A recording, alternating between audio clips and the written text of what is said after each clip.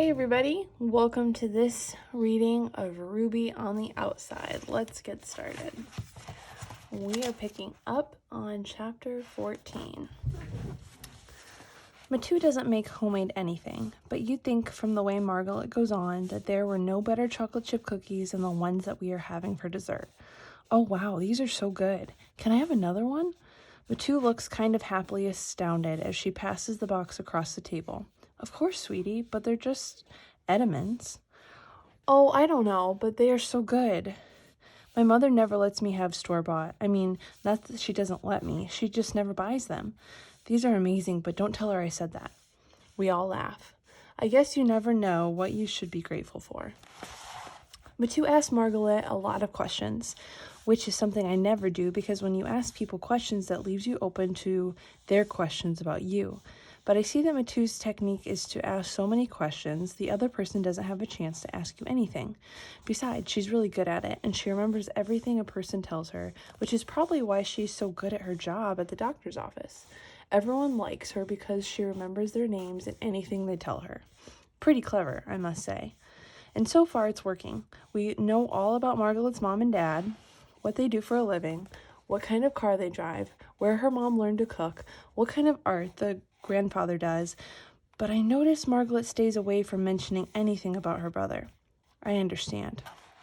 I haven't said much at all until I suddenly make one of my infamously dumb statements when Margaret tells us where she lived before she moved here to Mount Kisco.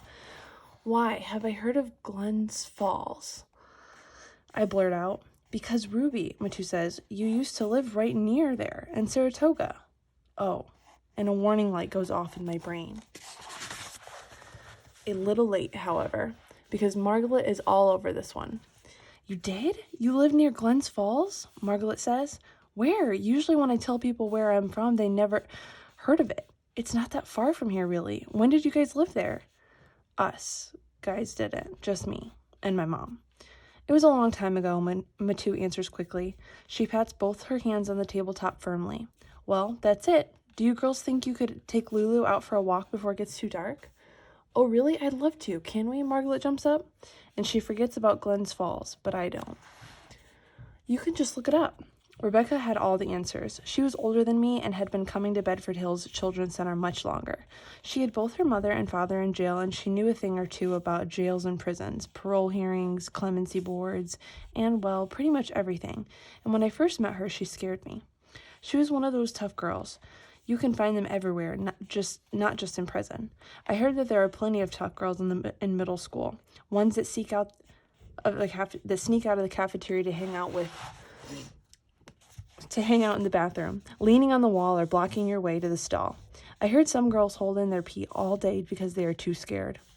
But after I got to know her, Rebecca wasn't really like that. She just wanted other kids to think she was.